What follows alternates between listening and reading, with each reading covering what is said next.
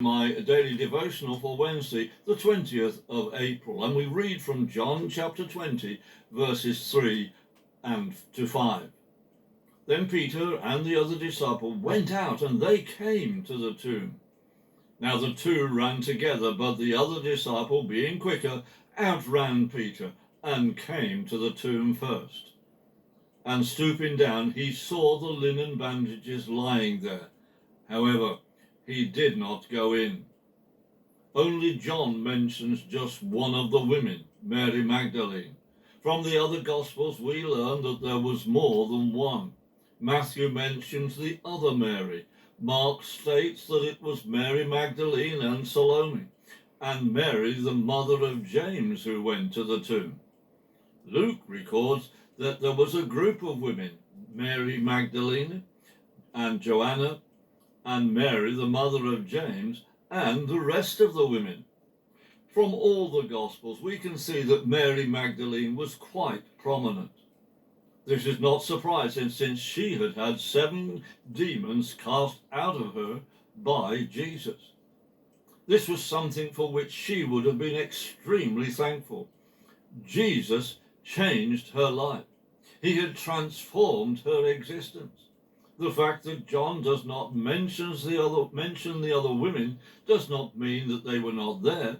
Rather, it points to the fact that Mary Magdalene was the important instigator in the task of further anointing the body of Jesus.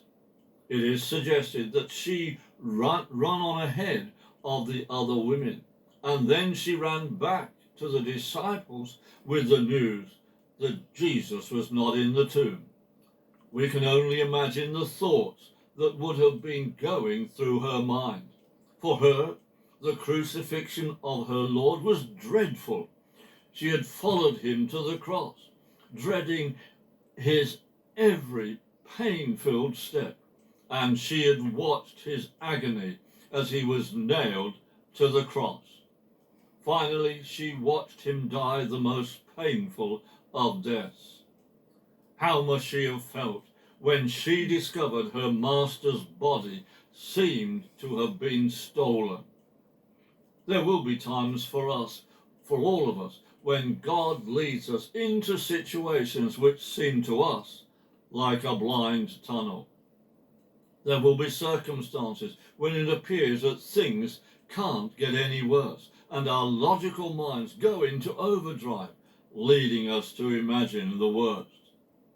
In such times, let us also be ready to remove the darkness and bring the light of Jesus to shine in our life in a way we may not be able to imagine. May the light of Jesus illuminate his ways forward for us today.